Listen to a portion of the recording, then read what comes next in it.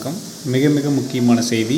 ஆசிரியர்கள் போராட்டம் மிக முக்கிய 3 கோரிக்கைகளை வலியுறுத்தி அது என்னங்கிறத பற்றி தெளிவாக அந்த வீடியோவில் பார்க்கலாம். அது முன்னாடி நம்ம சேனலுக்கு புதிய பார்வையாளர்களாக இருந்தீங்கன்னா மறக்காமல் சப்ஸ்கிரைப் பண்ணிக்கோங்க. பக்கத்தில் இருக்கிற பெல் ஐக்கானை கிளிக் பண்ணிக்கோங்க. அப்போ தான் எந்த அப்டேட்டையும் மிஸ் பண்ணாமல் பார்க்க முடியும். சரி, வாங்க வீடியோக்குள்ளே போகலாம்.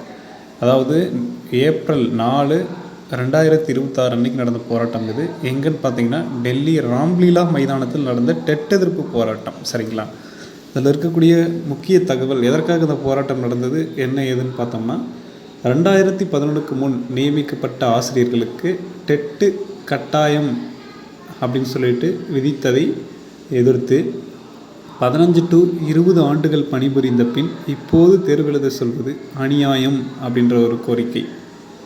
ஸோ எத்தனை பேர் கலந்துக்கிட்டாங்கன்னு பார்த்தோன்னா 20 மாநிலங்களிலிருந்து ஆயிரக்கணக்கான ஆசிரியர்கள் கலந்துக்கிட்டாங்க. என்னென்ன ஸ்டேட் அப்படின்னு பார்த்தீங்கன்னா உத்தரப்பிரதேசம், பீகார், மத்திய பிரதேசம், கர்நாடகம் உள்ளிட்ட பல இடங்கள்ல இருந்து பேருந்துகள் மூலமாகவும் ரயில்கள் மூலமாகவும் வந்திருக்காங்க. சில அறிக்கைகள் என்ன சொல்லுது அப்படின்னா 20 லட்சம் ஆசிரியர்கள் பாதிக்கப்படுவாங்க இது மூலமாக அப்படின்னு சொல்லியிருக்கிறாங்க. சரிங்களா? ஸோ அவங்க என்ன கோரிக்கை மெயினாக முன் வைக்கிறாங்க அப்படின்னு பார்த்தோன்னா ஆர்டிஇ அமலுக்கு முன் நியமிக்கப்பட்டவர்களுக்கு டெட்டிலிருந்து விலக்கு வேணும் அப்படின்னு சொல்லி கேட்டிருக்கிறாங்க. சரிங்களா? அதே மாதிரி மைய அரசு சட்டம் கொண்டு வந்து பழைய ஆசிரியர்களின் பணி பாதுகாப்பை உறுதி செய்ய வேண்டும்ங்கிறதையும் சொல்லியிருக்காங்க.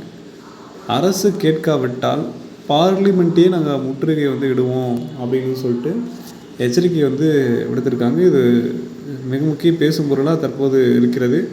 ஏன்னா டெல்லி வரைக்கும் போய் போராட்டம் பண்ணி அதே மாதிரி கோட்டையே முற்றுகையிடுவோம் அப்படின்னு சொல்லியிருக்கிறாங்க. தற்போது மிக முக்கிய பேசும் பொருளாக இருக்குது. அடுத்த முக்கியமான செய்தி என்னென்னு பார்த்தீங்கன்னா உச்சநீதிமன்ற உத்தரவுக்கு பின், அதாவது மதிப்பீட்டுக்குரிய டெட்டு விதிகளில் பல மாநிலங்களில் உச்சநீதிமன்ற உத்தரவுக்கு பிறகு பதவி உயர்வாக இருக்கட்டும், பணி நீட்டிப்பாக இருக்கட்டும் நிறுத்தி வைக்கப்பட்டுள்ளது. ஏன்னா என்ன சொல்லிட்டாங்க, உச்சநீதிமன்றத்தில் டீச்சர்ஸு பணியில் இருக்கக்கூடிய ஆசிரியர்கள் எல்லாருக்குமே டெட்டு தேர்ச்சி பெறுவது என்பது கட்டாயம் அப்படின்னு சொல்லிட்டாங்க. அதனால் பணி நீட்டிப்பாக இருக்கட்டும், பதவி உயர்வாக இருக்கட்டும், ப்ரொமோஷன்ஸ் எல்லாமே நிறுத்தி வச்சிட்டாங்க. 40க்கும் மேற்பட்ட ரிவ்யூ மனுக்கள் நிலுவையில் உள்ளது. ரிவ்யூ மனுக்களும் நிறைய 40க்கு மேலே ரிவ்யூவில் இருக்குது. சரிங்களா? ஸோ நாடு முழுவதும் இருந்து வந்த ஆசிரியர்கள் ராம்லீலா மைதானத்தில் ஒன்று கூடி பழைய ஆசிரியர்களுக்கு டெட் விலக்கு என்ற ஒரே குரலில் போராட்டம் நடத்தினார்கள். ஸோ உச்சநீதிமன்றத்தில் உரிமையை தக்க வைக்க பல்வேறு விதமாக நம்ம என்ன பண்ணலாம்னா இதுக்கு வழக்கு தொடரலாம். அது ஒரு விஷயம் இருக்குது. நம்ம நாடக்கூடிய விஷயம் உச்சநீதிமன்றம் தான். இன்னொன்று, ஆசிரியர்களின் உரிமையை காத்திட பொதுநல வழக்காக நம்ம தொடரப்பட்ட வழக்கு இருக்கு இல்லையா, அது தற்போது பதிவாளர் முன்னிலையில் பட்டியலிடப்பட்டிருக்கு. என்றைக்குன்னு பார்த்தீங்கன்னா 2/4/2026 அன்னைக்கு லிஸ்ட்டு செய்யப்பட்டிருக்கு. அதே மாதிரி 4/5/2026 அன்னைக்கும் பட்டியலிடப்பட்டிருக்கு. ஸோ நீதிமன்றத்தில் பொதுநல வழக்கு அப்படின்னு பார்க்கும்போது டெட் தேர்வை முன்தேதியிட்டு நடைமுறையை ரத்து செய்ய வேண்டும் அப்படிங்கிற அந்த பொதுநல வழக்கு. அதே மாதிரி பணி சார்ந்த பலன்களை நிறுத்தி வைப்பதை தவிர்க்க வேண்டும், பதவி உயர்வு உட்பட அனைத்தையும் நிறுத்தி வைக்கக்கூடாது அப்படின்னு அந்த பொதுநல வழக்கில் மென்ஷன் பண்ணியிருக்கு.